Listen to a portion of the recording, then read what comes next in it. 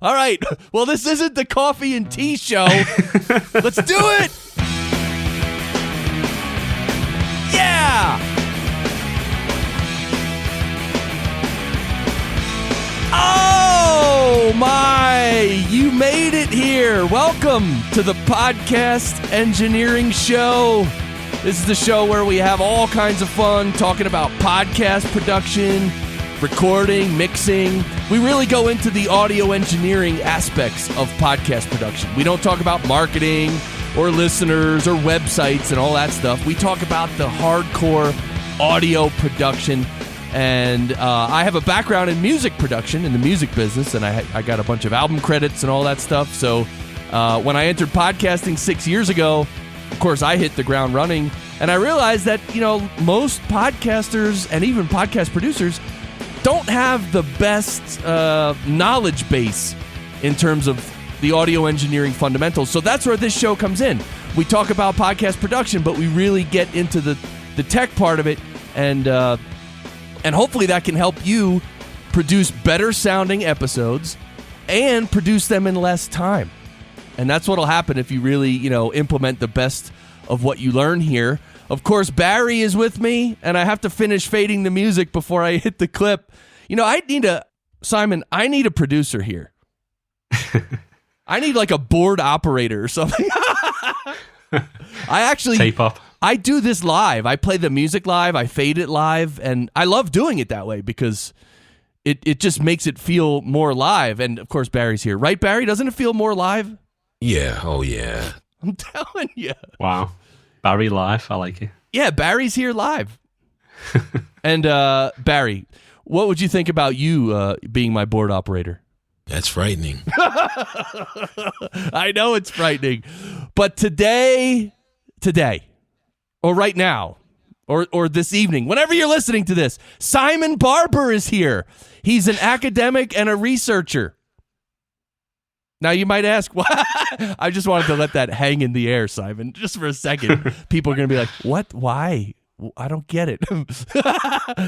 What do you actually research, Simon? Popular music, mainly. Yeah, Really? I work in a school of media, so anything related to music, film, TV, that kind of thing. We might have to talk about that. That interests me very much because I just was listening to a book called Hitmakers. Right. I don't know if you heard of that book, but I think there's a lot of research in there as well. On music. Okay. Yeah, I'll Hitmakers. check that out. Anyway, you are the co-host of Sodajerker On Songwriting. That's the name of your podcast, Sodajerker On That's Songwriting. right. And you're a musician and you actually write songs. You're part of a songwriting duo, right? That's right, yeah. Yeah, and your website is sodajerker.com. And of course, all this will be in the show notes. So, Simon, glad to have you here, man. No, thanks for having me. And you got that Liverpool accent that we were talking about before we went on air. That's right, yeah. Yeah, I sound somewhat Beatlesque to a chap like yourself. And I have a question about singing because, when you listen to the Beatles songs, and again, coming at it from the perspective of an American, I don't hear an accent when they sing, right? Does a person's accent come through less when they're singing? Well, I suppose it depends, doesn't it? A lot of singers adopt a kind of mid-Atlantic kind of voice when they sing and neutralise their accent somewhat. But I think you can hear the Beatles' Liverpool tint in their voice when they talk. You've got Lennon with the more kind of nasal kind of sound, and then you've got McCartney's much more rounder and cheeky, chappy kind of talk. Yeah, when they speak, you can hear it, but like in the songs, it just, I don't know. I guess the songs are so good, you just get lost in the songs, right? You don't worry about accents and all that stuff. Well, I mean, there's lots of singers from the capital, certainly in London, who really emphasise the kind of Cockney accent when they sing. Oh. Singers like Lily Allen or someone like that, or a band like Suede.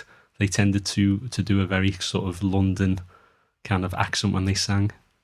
That reminds me of country music too. A lot of country music, they bring the southern twang into the song for sure. That's like part of the whole genre is to do that, right? Absolutely. It's like if you don't do that, then it doesn't even feel like country. Yes, writing songs is. I got really into more into the idea of songwriting in the past few months because of the passing of Tom Petty.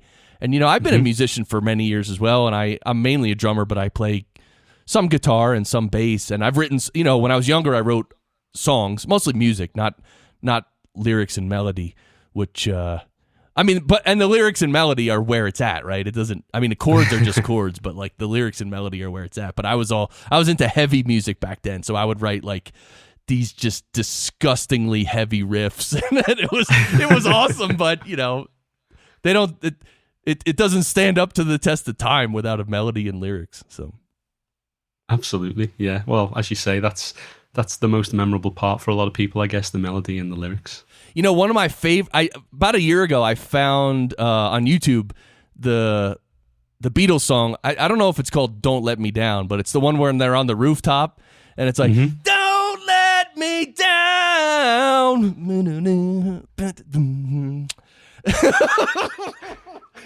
Right? What a great song. It's so simple. Yeah. No, it's a great track, yeah. Simon, how do you write a simple song? I don't understand. Oh, well, I've spent a lot of time trying to answer that question, interviewing songwriters about the process, and they all come at it from different ways. Some people start with a title, others start with some kind of riff, as you would. And, it depends, really depends on the context. Sometimes you'll hear a snippet of something that someone says in a conversation and draw on that. Or maybe it'll just, come fully formed. People have stories about just sitting down and the words and music come to them almost like transcription. Right. It's fascinating. Fascinating how you can write a song that is an iconic, classic song that literally will live forever, like some of the greatest songs ever written, It's mind-boggling how that can even happen. Yeah, it's absolutely. almost like it gets into the collective unconscious of all of the human race or something, right? Yeah. I wish I could write a song like that. Anyway, I have people text messaging me, Facebook messaging me in all caps saying, "Get to the speed round." Right. All right, we got to get to the speed round. You know what the speed round is, Simon. We want to hear your signal chain. We want to hear your equipment setup and your workflow in a summarized version. So like within 60 seconds, tell us about your microphone, where it's plugged into and where it goes and how you process and how you record your audio, and then where you what software you use to mix it, and then finalize it. Okay. Well, I might have to go quite quickly because the equipment actually really totally depends on the circumstance that we find ourselves in, because we interview songwriters kind of on the move wherever they happen to be. Oh. So they might be in hotels, or they might be in an office somewhere, record label office, something like that. So like today, for instance, I'm at home, so I'm using the SM57 with the A81WS windshield on, which is something I learned from your show, the presidential setup. So, and that's going straight into a Apogee Duet, and then straight onto a MacBook Pro, and I'm recording on my end with the audio Hijack. Or when we're in the studio up in Liverpool, for instance, then it might be a Shure SM7B into the DBX286S, and then that'll go into the Apogee Duet and into the MacBook Pro, and that'll be recorded with audio Hijack. If we're doing Skype, for instance, then I'll be using audio Hijack. If I'm just recording, say, an intro and an outro for the podcast, then it'll probably be Logic, maybe. Although I don't know why I bother doing that, because audio Hijack could do that just as well. And then there'll be a headphone amp in the loop somewhere, and I'll probably take a line out of the headphone amp into a standalone backup recorder, so that if the Mac was to go down, I'd still have a copy of the interview. If we're on the move, then it's usually just a handful of Shure SM58s, because I need the mics to be as rugged as possible, and the 58, as you know, you could throw that under a tank and then just go and record with it. It's unbelievable. And it's also really directional, as you well know. So that's important for us, because sometimes we'll find ourselves in a restaurant or something like that and just need to get, as much of the person into the mic as we can without a lot of background noise. And usually when we're on the move, we're recording onto the Zoom H6, which is a great standalone recorder. Used to be the H4N, but these days we're using the H6. And that's great because you can record a stereo file with the guest on one side and us on the other side. And so you've got that separation when you want to edit. and I'll have a little backup recorder out of the headphones socket on that as well, which is called an ESI Record M. It's a very unusual little white backup recorder. It's about the size of a matchbook or something. It's really light, and I think I'm the only person who owns one of these things. I've never seen anybody carrying one, but that works really well for backups, and the backup is also stereo left and right, so even my backup is editable in that way. And it's just, we get in there, it's kind of like a heist. We just get in there, pull out the gear, and the songwriter is there looking at us. Usually it's a VIP of some kind, so they're just looking at us saying, okay, let's go. And we sit down, we record, and then we get out of there. And then afterwards, I need to see what I'm going to do with that audio that we managed to capture. And typically, afterwards, I'm taking the audio into Auphonic. I use the Multitrack desktop app. Used to use Levelator, but these days I'm more of a kind of Auphonic evangelist, if you like. And I love what that does, especially cross-gating and that sort of thing. And then I'll probably decrackle with iZotope RX or take out any mouth clicks, that sort of thing. Might do a little bit of EQing if it's necessary, though I'm a bit of a minimalist in that respect. And then if there's any kind of background noise, I might take a step of denoising it somehow, usually with iZotope, because that's really good, I think. And then I'm editing in Amadeus Pro, which is a multi-track editor, audio editor. And then after that, I sort of do the final leveling with Auphonic, because I'm editing the raw files that come out of Auphonic. And then I'll assemble the whole show in Amadeus Pro and upload to Libsyn. How long was that? I don't know how long it was, but that was awesome. Holy cow. We're gonna really, and you know, listeners know this, we're gonna spend the rest of this session going through all that and really getting deeper into it. So that's really cool. Yeah, there's so many different recording scenarios that you encounter. So you bring the SM58s. I kind of have this picture in my mind of you going into like a hotel room with a few SM58s and your recorder and your backup and setting it up real quick. You bring what kind of mic stands do you bring in with you? I've got these little foldable portable desktop stands. So if there's a table, then I'll put those out so that no one has to hold a mic. But oftentimes we find ourselves backstage at a gig. They finish sound check and there's a couch in a bare room, and so it's okay, we're holding the mics today. And that by that point I'm already thinking, I wonder if iZotope can get rid of handling noise. Right? Yeah, handling noise is often an issue. It certainly is, but I found that it's really good at that, actually. There's a dialogue isolate setting in there which actually can do miracles as far as I'm concerned. That's true. There's also a de-rustle, but that's more like for a lavalier mic that's like rubbing on a shirt. Mm-hmm. And I haven't tried it yet either, because I don't typically record with lavalier mics. Yeah, me neither. So, all right, and you record into a Zoom H6. Do you, because I also have a Zoom H6, and I also have the attachment which has the two XLR inputs on the attachment you put on the top. And the reason I got that really is because, so on a Zoom H6, there's the stereo left and right microphones on the top, which is like from an attachment, and then there's 4 XLR inputs below that. The top mics, the left and right, what they call left and right, there's a mode in the Zoom H6 where you can actually record the signal normally, but then it also records like a backup version of that same signal at 12 dB lower, which I love that, because you know how it is when you're on location or you're live or something, like you can set the level as best you can, but sometimes, you know, someone's just going to scream into a mic or something like that, or do something really loud. So that was like the thing that sold me on the Zoom H6, that on those two channels, the left and right, it records this backup at -12. Do you take advantage of that when you plug in your XLR mics? I don't actually. I tend to rely on taking a copy out of the headphone socket into a standalone backup recorder. Got it. Just because if the Zoom was to totally die, I don't want my backup to actually be on that machine. Right. know? So I try and take it into a separate device. Yeah, that's good. And that separate device you said was an ESI Record amp? Record M, just the letter M. Oh, Record M. Yeah, it's a really strange little machine. You can actually get similar machines these days on eBay for, a matter of a few pounds, but they tend not to be as good as this one I've found. It's basically records onto a 4 gigabyte flash drive, and you just connect it via USB to get the audio off it, and it charges that way as well, so you don't have to worry about batteries and stuff. That's good. I like that you run out of your Zoom H6 into another digital recorder just as a safety backup. That's awesome.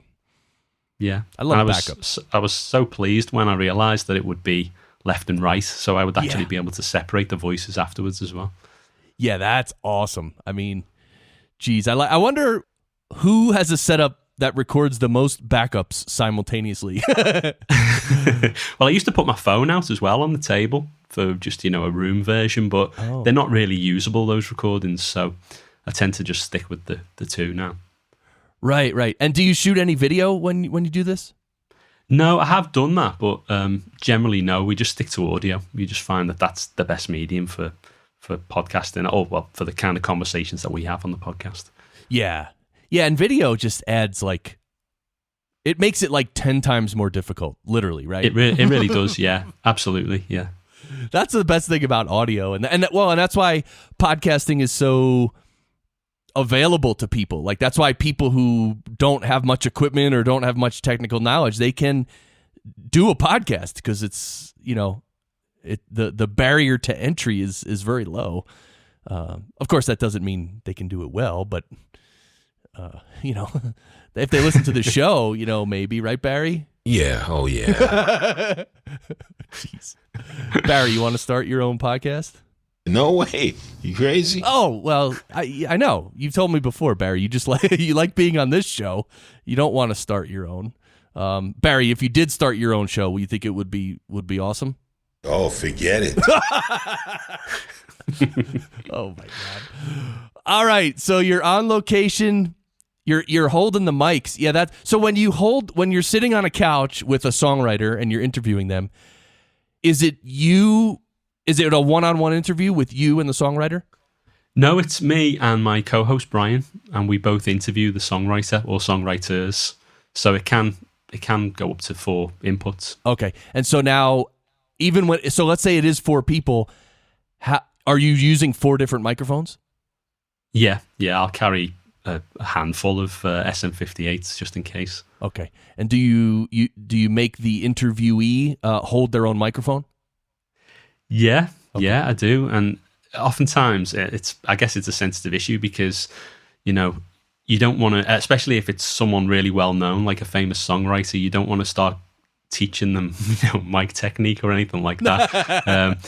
Especially if they've had a lot of experience. Right. But at the same time, the amount of things that can conspire to cause an interview to sound terrible is just unbelievable. From a songwriter who just kind of waves the mic about a bit as they talk, or things going on in the background that you weren't expecting. Like, for instance, you discover that the house happens to be next to a tube station, something like that, and you get the London Underground rumbling underneath, or those kinds of things. It's just amazing the amount of obstacles we can come up against. Yeah.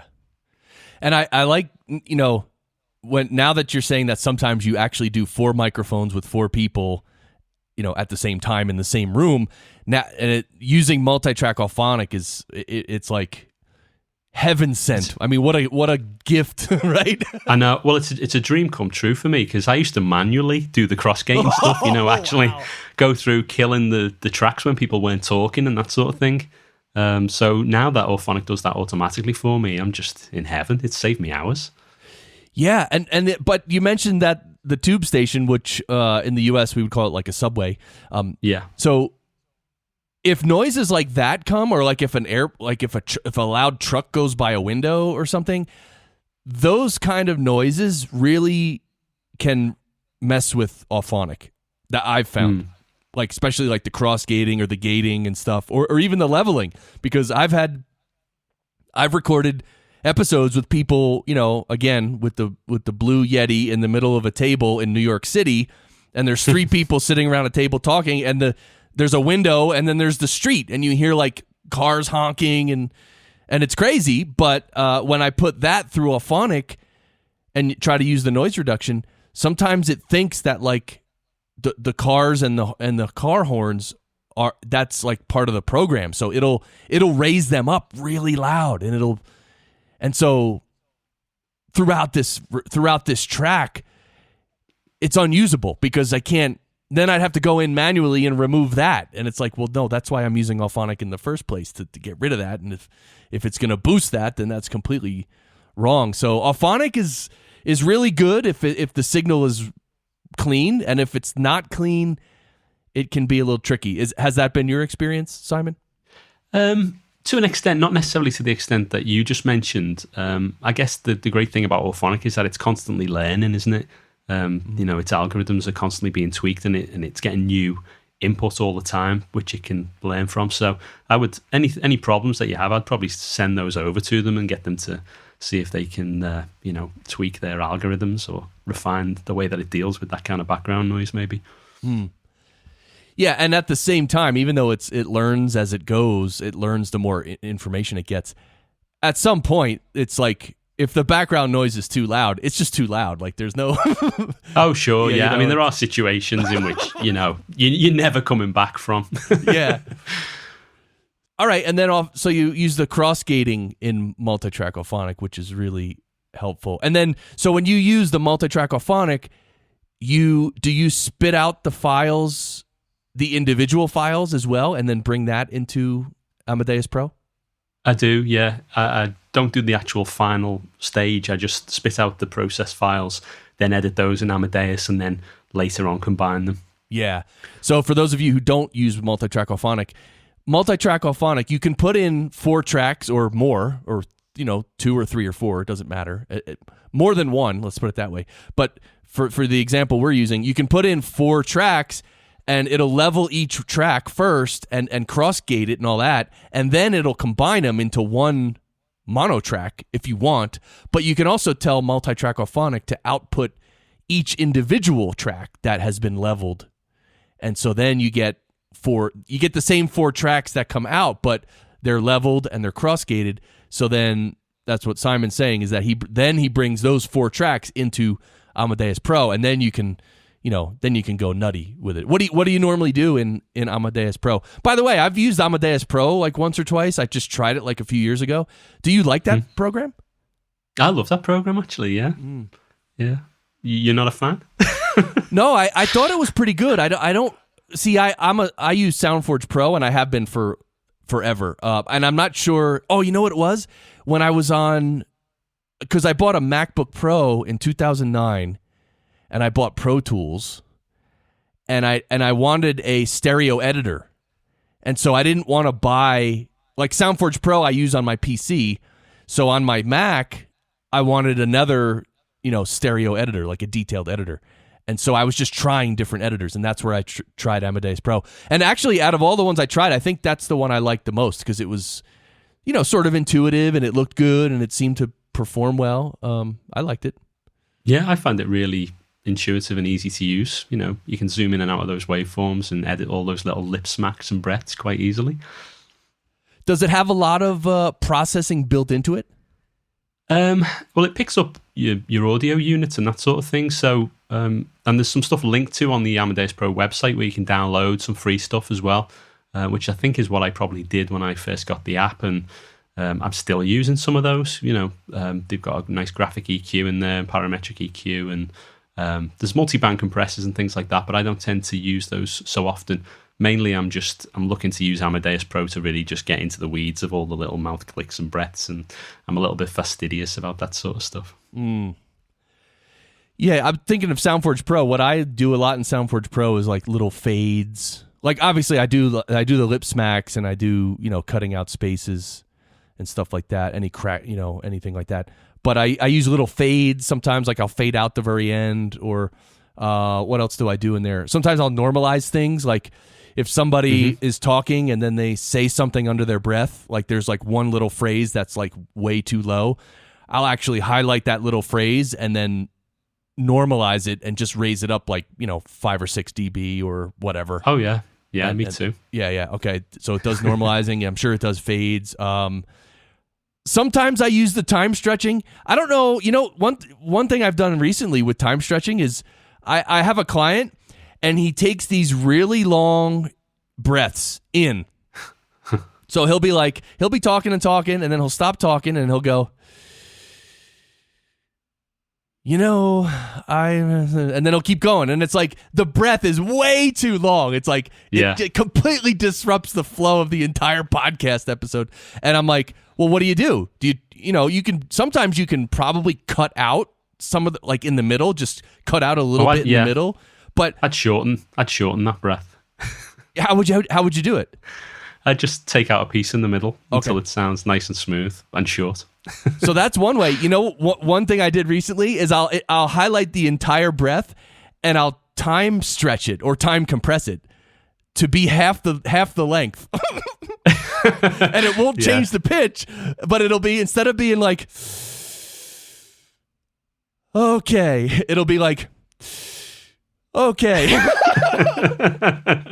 Yeah, that is insane, but I love it. Yeah, what the hell?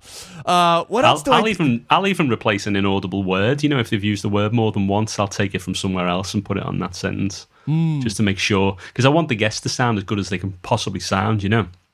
Right. So I'm always trying to just get their communication as natural as possible, but also as kind of effective and clear as possible too.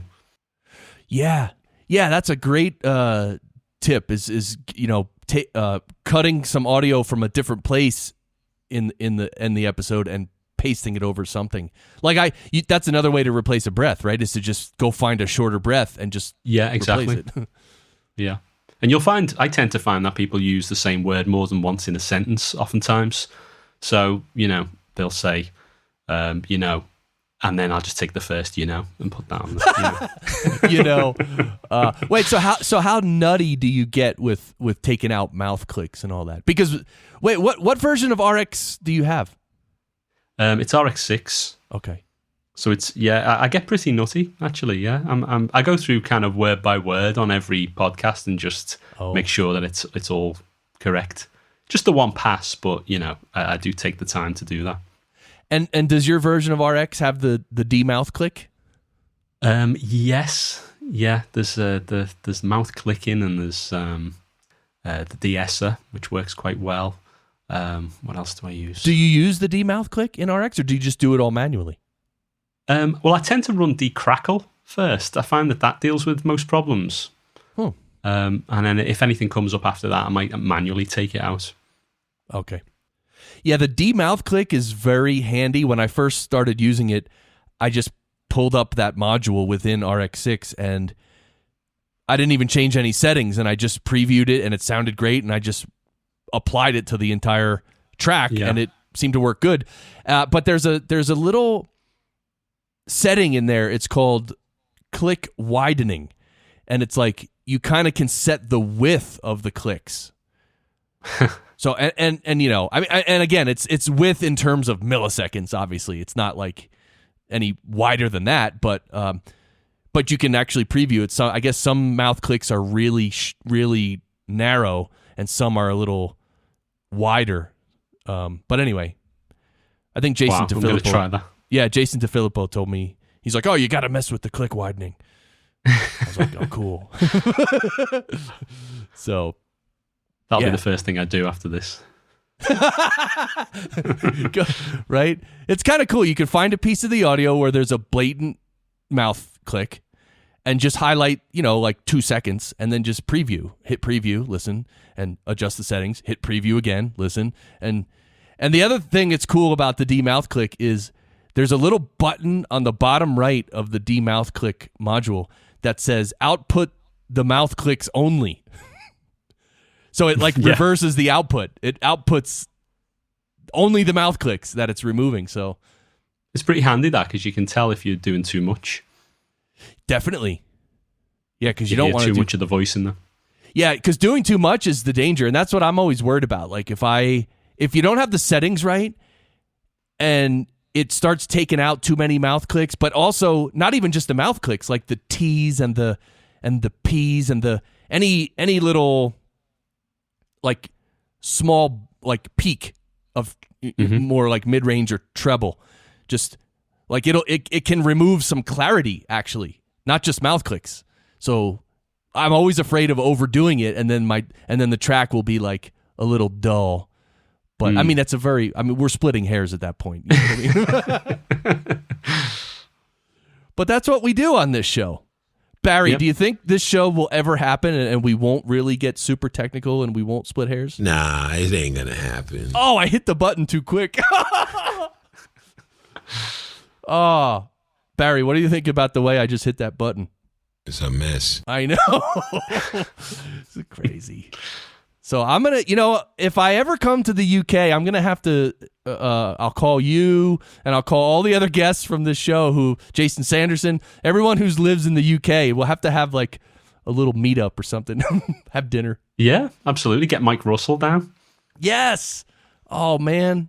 Wait, do you guys have like a big podcasting conference? Mike ran one a few years back that I went to, so I've met Mike. But I think he does do an annual one actually, which I haven't been to since. But I went to the first one that he did, which was great. Okay. Yeah, I remember seeing a lot of the podcast like coaches and mentors. They were, I think, some of them at least, were going over to speak at some event in the UK. Anyway, that'd be cool. So right now, let's talk about you're using an SM57. So because you want to be presidential. I love it. Yep. I figured I'm a better candidate than yours, so. Oh, man. Last night, my wife and I I think it was on Amazon Prime, we watched this. It was like a little documentary about Winston Churchill. And it was about like leading up to World War II. So it didn't even get into the war. It was like all before the war. And it was pretty cool. So I think you, with your 57, you could, adjust your accent. You could maybe, be the next Winston Churchill. Simon, come on. Well, I'm certainly immune to plosives today, I would say. Yeah, right? So you got the windshield. Tell me about the windshield. Well, I just heard about it on your show. I think it was the Allan Tepper episode where he mentioned putting the windshield on the 57 and getting a completely different sound. Right. So I bought the windshield because I had a 57 lying around. And yeah, I think he's right. I like it. I like it a lot. It's great.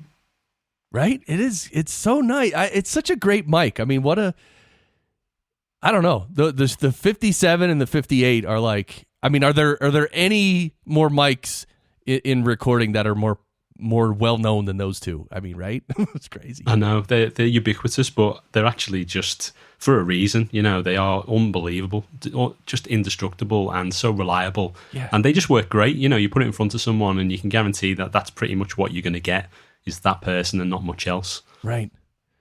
I mean, I remember from the music studios, like if there was ever like if we were ever miking up a guitar amp or a cabinet, I mean, especially with rock music or something like that, you would always use a 57 and maybe something else. Like you might mic the cabinet with 3 mics because then, the engineer in the control room, they can pull up 3 different faders and hear this mic and then hear that mic and then hear the third mic.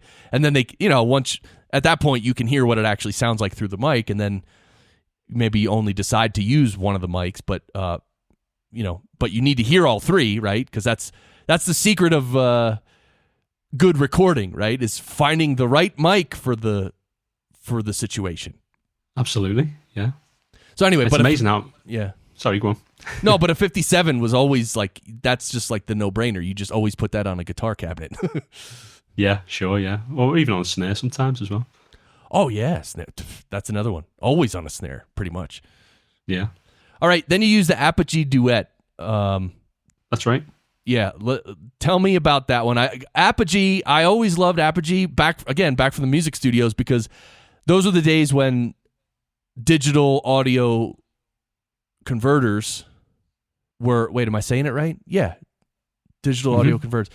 Yeah, D to A, right? Or digital to analog and then analog to digital. So yeah, the A to D, analog to digital. So when we would be rendering, I'm using computer language for mixing. when we're printing a mix off the mixing board, when it's done, we would obviously record it onto 2 half-inch tape 2-track half-inch tape. That was the master. But a backup would go to a DAT machine. And some guys, they wouldn't just want to run the signal into a DAT machine, which digitizes it and then puts it on a DAT tape.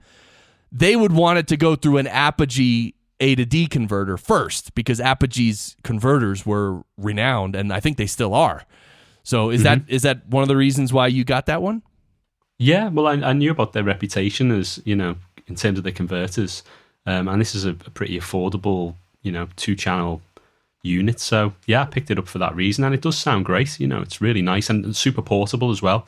Got a little case for it, and you can just take it between here and in Birmingham, where I am now, and up to Liverpool and do stuff with it for various podcasts. Yeah, it's great. And about how much does it cost? I think it was about £400 when I bought it. So not that much, really. And it records up to, I think, 192. So it's pretty high res. Yeah, if you ever should need, sound beyond human hearing, you can use it for that. Right? Yeah, the sound is really nice. It's very clear, and you could tell that it's just a really high quality mic pre.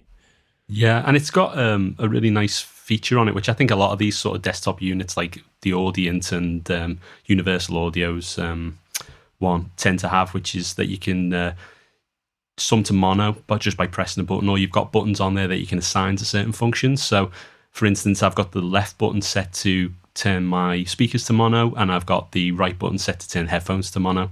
So if I'm editing a stereo file that's left and right, and I'm using headphones, I won't have both, one voice on the left and one voice on the right. I can just hit that button and edit as if it's right in the center. Yeah, that's cool. A mono button is so handy in so many ways. Yeah. And when there's not one, that's when it's like, how do I put this in mono? It's very weird. Same with a dim switch. On the mixing consoles, there's a button. It's called the dim switch, and it would dim.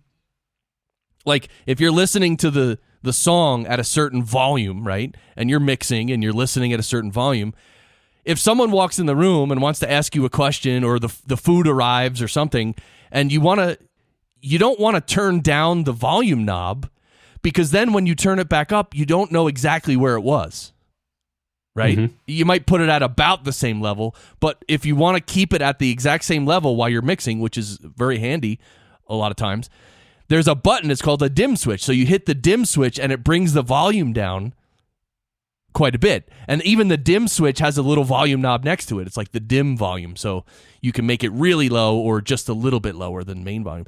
But then when you want to go back to mixing and you want to get back to that volume that you really want to mix at, you just, you hit the dim switch again, and it releases it, and then it goes back to that exact volume. And I mean, coming from music, I like a lot of these audio interfaces. I wish they had a dim switch, but that's asking way too much, right, Simon?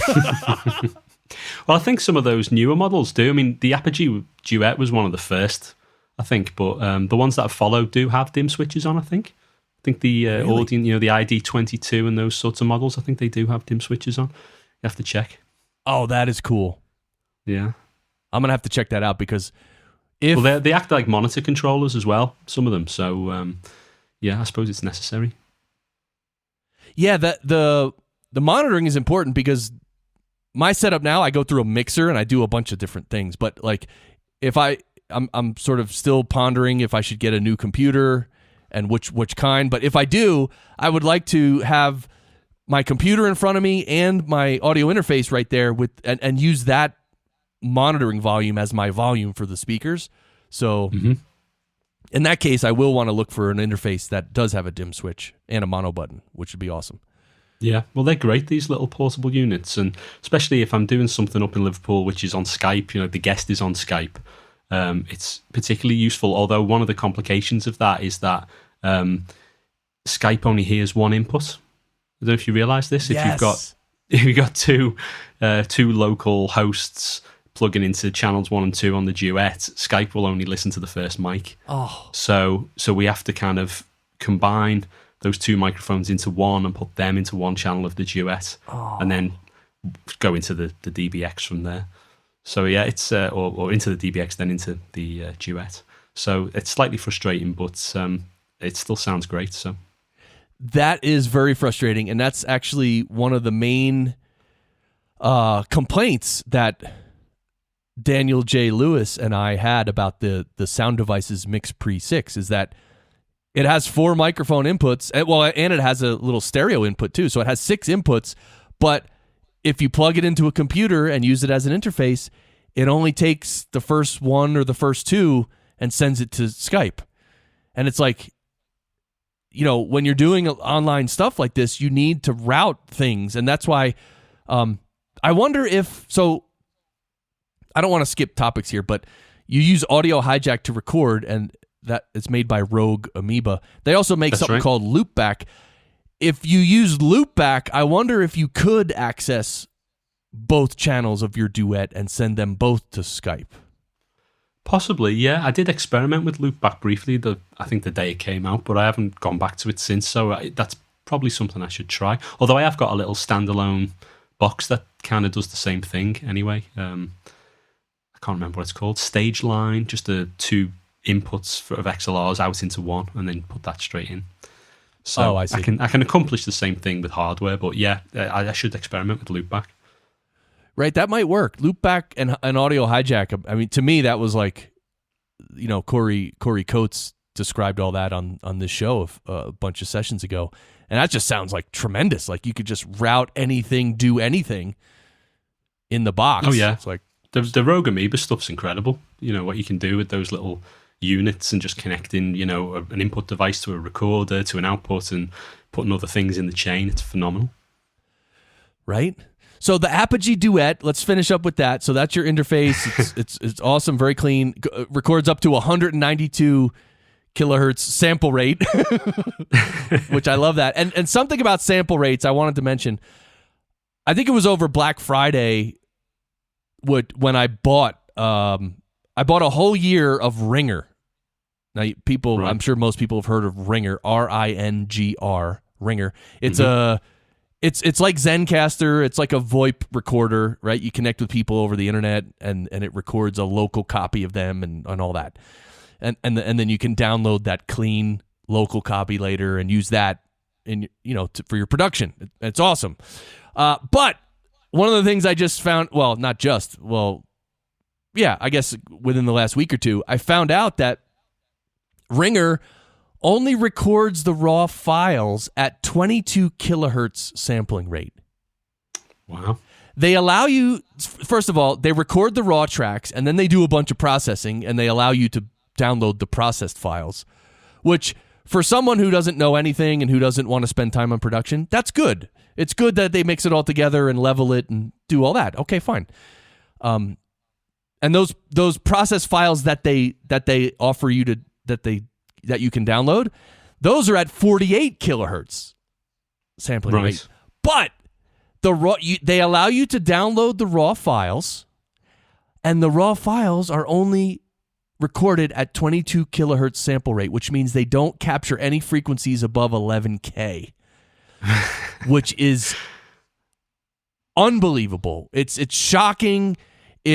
I wouldn't even call that professional audio, honestly. Yeah, we may as well etch that on a wax cylinder. I mean, really?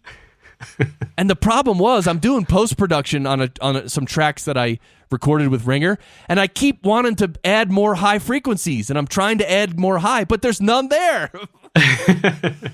Right?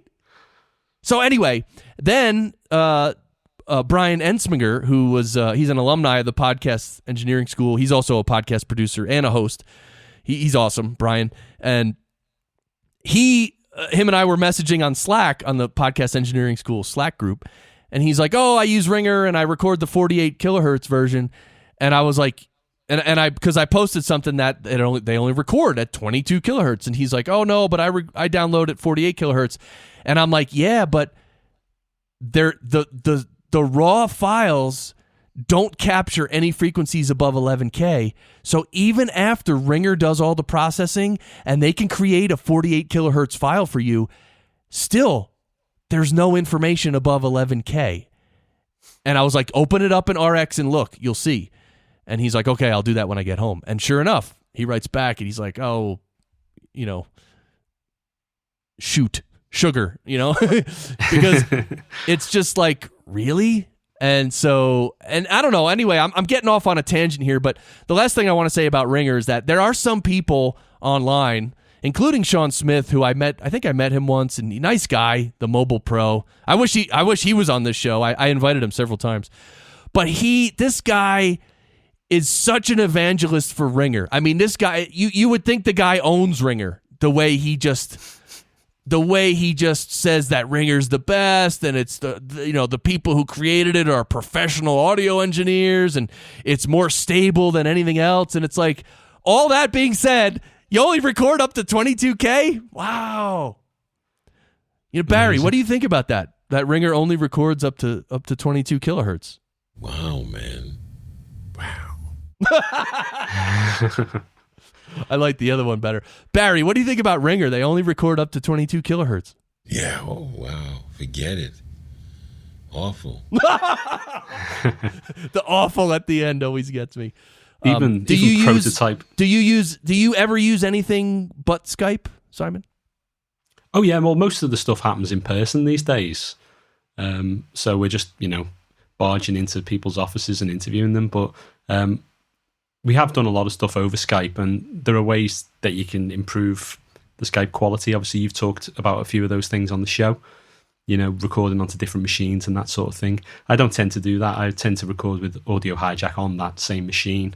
Though you can do stuff like punch a hole in the firewall of your router and forward the Skype data on the particular port that Skype uses and that sort of thing. Oh, wow. How does that work? There's a slideshow created by the Conversations Network. They're the people who made Levelator, which you can find it online. And it mentions, reserve the IP of your machine in the admin section of your router. And then, so it's always the same on the network, essentially. Right. And then go to port forwarding and add the Skype port on that IP. Because if you open the preferences for Skype, it uses a particular port, which is named in the preferences. And then assign that to that IP, and you'll find that when that data comes through, it won't get held up, essentially. You're basically looking to avoid relays and packet loss and that sort of thing. Really? So if you check the technical call info when you're chatting, you'll see if you're using that method, it'll say relays 0, and you'll have quite a quick round trip time as well. Really? Yeah, I found it worked really well. I mean, I don't know if that's still the same these days. Obviously, there's new codecs and that sort of thing coming out all the time, but I found it at the time when I was doing a lot of Skype stuff that it really improved the quality a lot. That is interesting. Does it also increase the the bandwidth, the throughput? Well, all I know is that it smoothed it out and stopped all that stuttering that I used to get. Got it.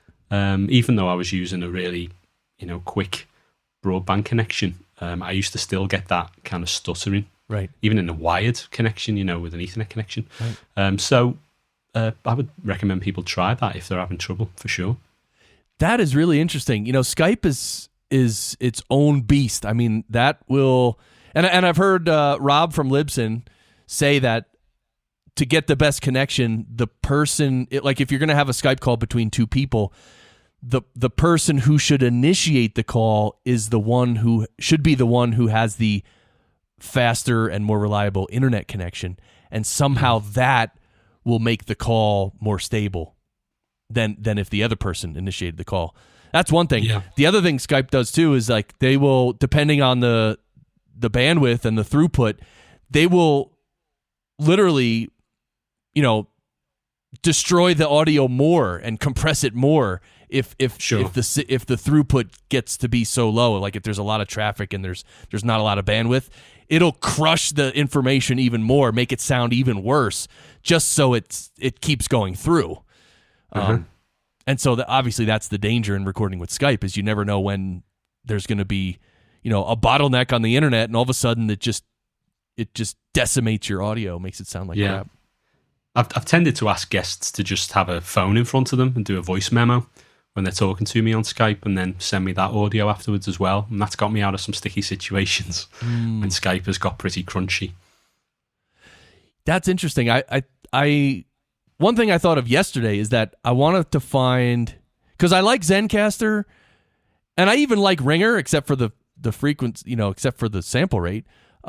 But neither of them are perfect, and they're both in a way clunky in their own way. Ringer's more clunky than Zencastr though.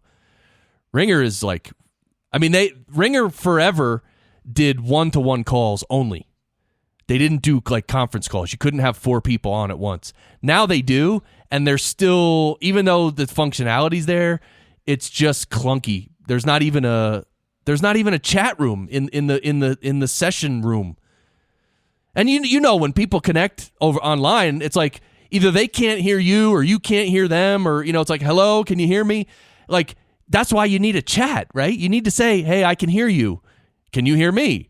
And, no, I can't hear you. Oh, is your volume up? And you know what I mean? That's how you sound. You have to do that. But if you don't have a chat room, how can you even do that? So it's very strange. But anyway, I had this idea that if there was a simple piece of software that the other person the guest could use on their own computer to record their own audio locally, with like 1 or 2 clicks, and then send it to you, that would be awesome. Yeah, it's just putting the burden onto the guest, though, isn't it? I mean, exactly. It wouldn't work in my case, if I'm talking to a kind of a busy musician, and they're going from one, piece of press that they're doing to sitting in front of a screen to talk to me. The last thing they're going to do is correctly press a button. Yeah, and then Dropbox you audio later.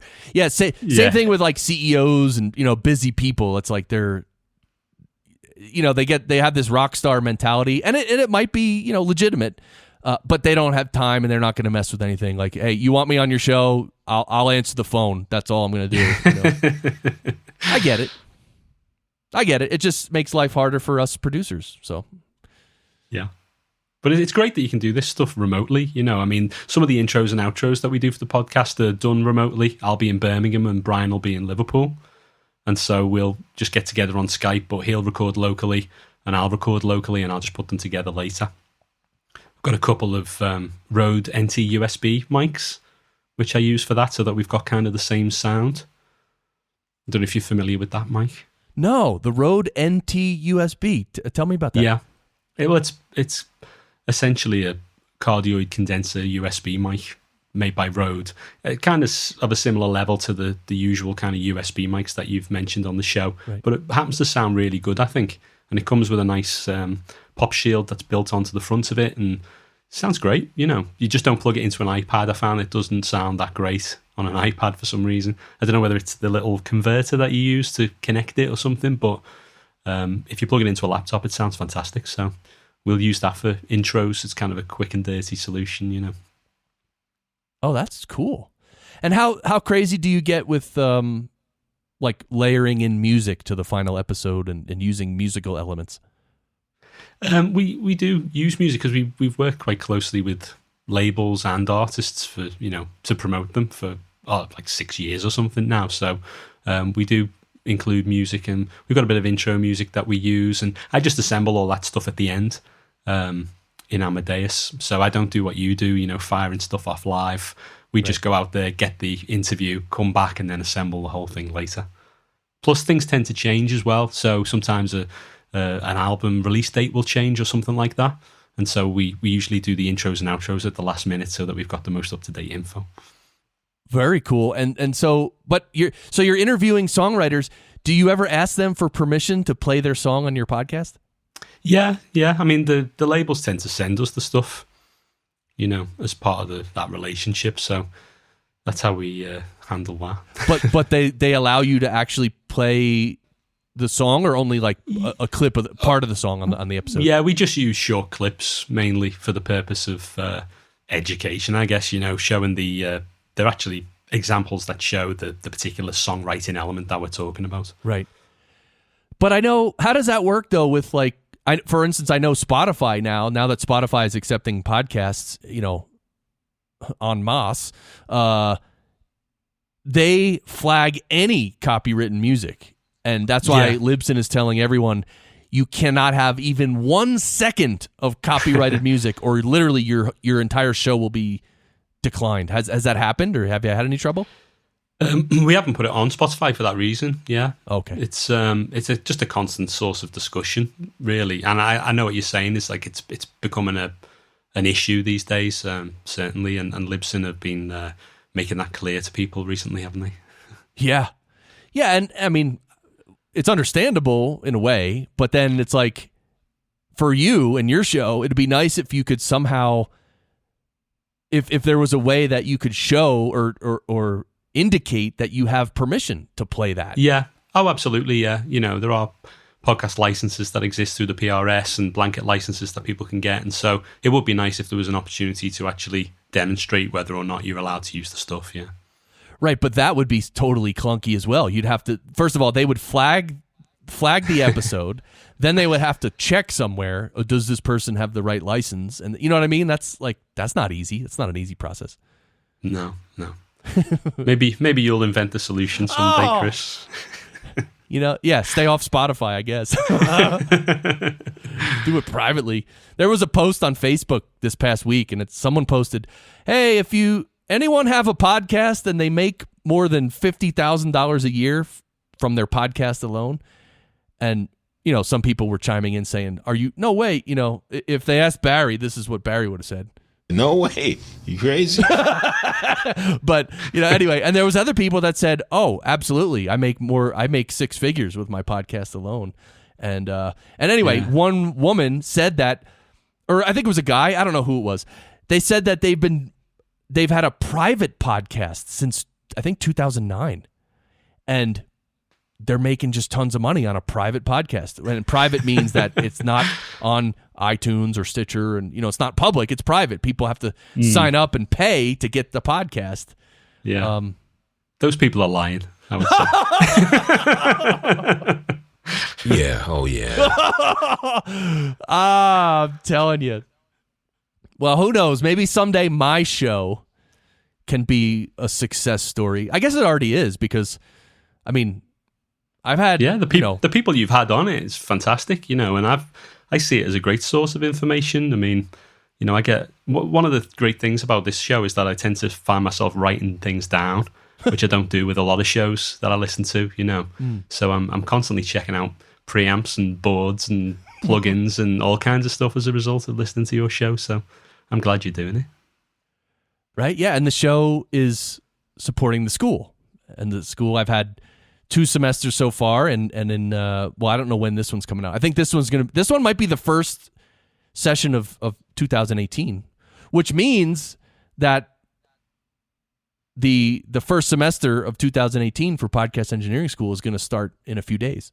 But anyway, the show really supports my school, because people hear the show and they get the idea of the caliber of the school, you know what I mean? That it's not just, hey, how to do a podcast, plug in your mic, press record, and it's way more than that. So, Simon, Barry just slipped me a note, and I don't have a funny sound clip for this, but Barry suggested that if you happen to be inspired, that maybe you could write a song about Chris and Barry and the Podcast Engineering Show, like write a verse. But you've got great theme music already. You don't need anything else.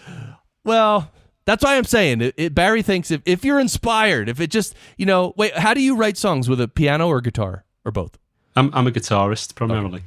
So, later today or tonight, when you're just sitting around, playing some chords, maybe you just, and you think, oh, Barry, yeah, oh, yeah. If you can think of anything that rhymes with audio interface, I don't know. Yeah, that chorus will write itself. You should write the worst song for this show. That'd be cool. Like, just make it horrible and stupid. You can get your in-house band there to learn it. I do need that. So, Simon, I think everyone should go check out your show. I mean, Sodajerker On Songwriting. I'm interested in it. I actually haven't heard your show yet because, wearing all the hats here. I'm the producer, I'm the booker, I'm the host, and whatever. I didn't, get to listen to your show, but certainly I will, because all that stuff, as I've said before, fascinates me. So I'm going to check out your show. So everyone go subscribe to Sodajerker on Songwriting. And by the way, do you ever talk about like the recording process at all? Like, do you ever get somewhat technical with your guests? Absolutely, yeah. It does come up. Some of the people that we interview are songwriter producers, and we'll be in the studio with them. We recently spoke to a guy called Fraser T. Smith, who is a very successful songwriter and producer. He worked with Adele and lots of major artists. And we were in his studio and ensconced amongst his MPCs and his desk and his monitors talking about songwriting and production. And yeah, it's great. Cool. Hey, any new gear you're thinking of buying? Mike Russell mentioned the Soundcraft desk on one of your episodes, and Right. I've been sort of gear lusting after that for a little while because it's got the Ghost preamps and the DBX stuff built in, and the USB connection that allows you to have all the tracks back on the board for summing and that sort of thing. It's like, oh man, maybe I need to just have one of those at the side of me just here. Oh, that'd be cool. That'd be sweet. Yeah, Ralph M. Rivera, my friend, and he's an alumni of Podcast Engineering School as well. He always is messaging me, Chris, you're always making me spend money. I'm sorry. Yeah. I don't know. Is it my fault, Simon? I think it is, actually. Yeah. It is. It really is. Because I'll post in the Slack group. I'll be like, hey, this plugin's on sale for $29. And, it's like, really? You should be on commission. Or now my students ask me, they're like, do I need this? Like the Ozone, there's an upgrade from Ozone 7 to Ozone 8. And they're like, a lot of them had Ozone 7 because we covered it in Podcast Engineering School. And of course, the discounts for especially iZotope stuff is I get a 50% discount for students, which is on a $1,200 software of, let's say, RX6, $1,200, you get it for $599. I mean, that's crazy. Mm-hmm. But anyway, so a lot of them had Ozone 7, and they're asking me, hey, should I upgrade to Ozone 8? And my answer was, it's not really that necessary. They did introduce a couple new features, but nothing revolutionary, nothing super extraordinary for podcasting. So that was one time when I told them not to spend money. So, let's make sure we remember that. Yeah. Oh, yeah. All right, Simon, any last words you want to share about your podcast production? No, I think you've covered it all, actually. Right. Yeah, if you've got any other questions, people can just get in touch with me if they're interested. Yeah. So they can go to sodajerker.com. Obviously, all that stuff will be in the show notes. So definitely go check out Simon's stuff and listen to his podcast. And you, I'm guessing you have links to some of your music there too, right? We've probably in between releases in that sense. We did some stuff a while back, and then we sort of focused so much on the podcast because the success of the podcast kind of took us by surprise and ironically took us away from songwriting.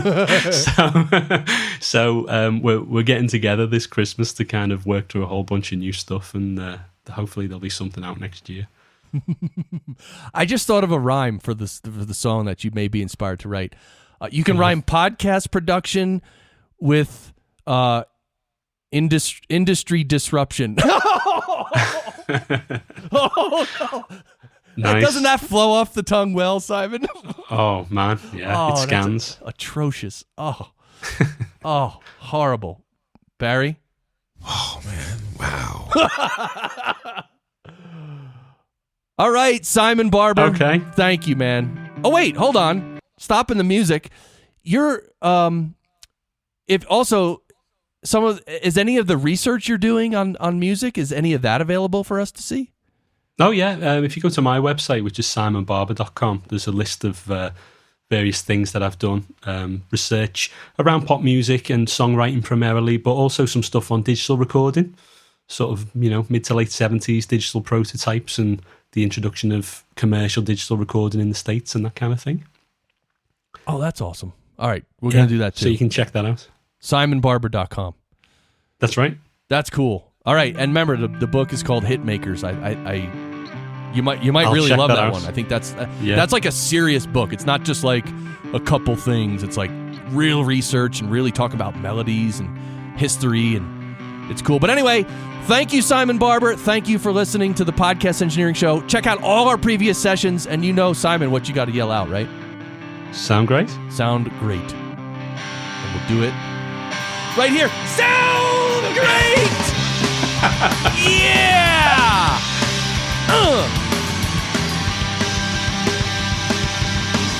Walk away from me where you can play that part so well. Why do you play it out on me now? You like to lose control where it's quite a feeling, isn't it? They're floating, drifting down now.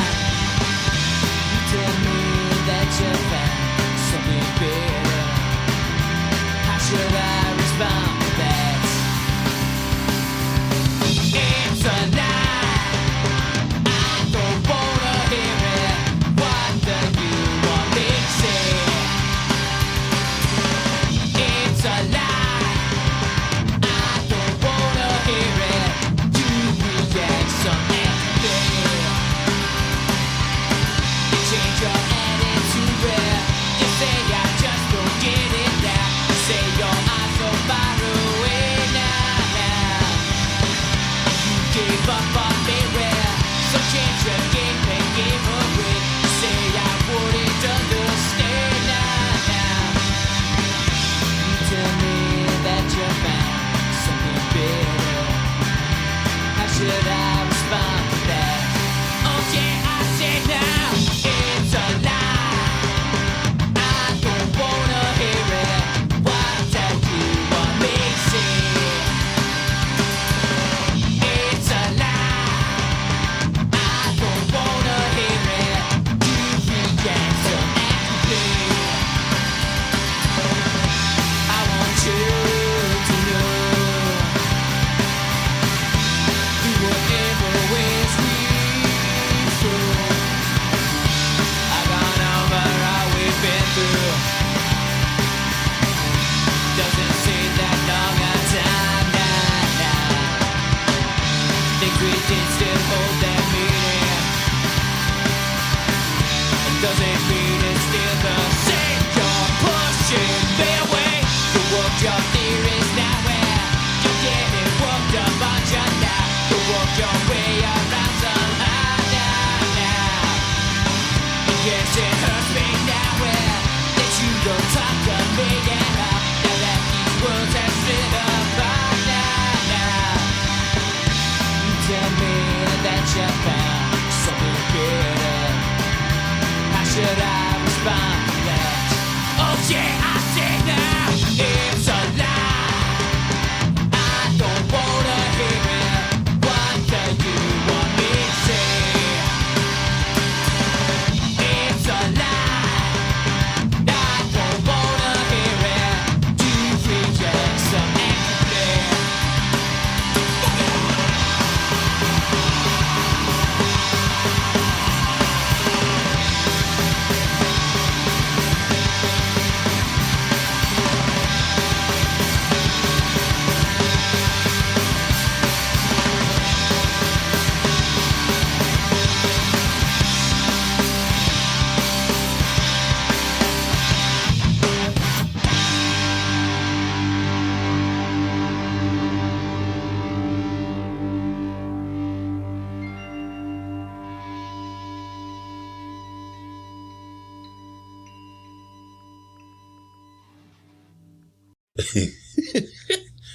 You know, I just drank some black tea, some Assam tea, and somehow that tea makes my mouth dry. Like, I don't know, it's a little powerful. You might want to stop that then.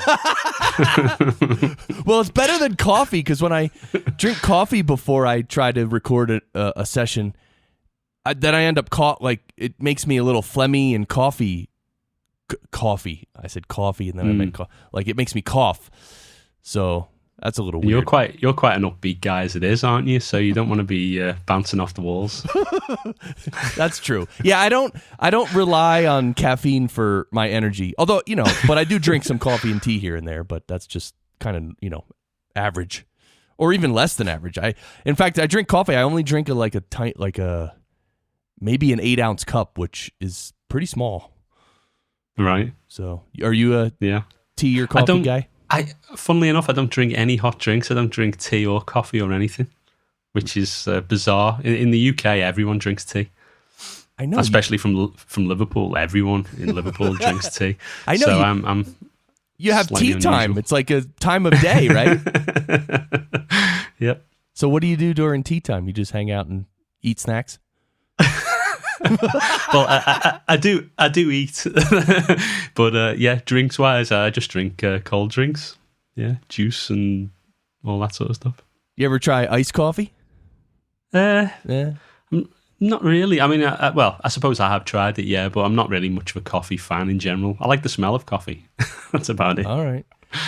See, the past few sessions, I've been sharing my coffee and tea, some stories or some information. It's almost that's like something that most people can relate to, right? Yeah.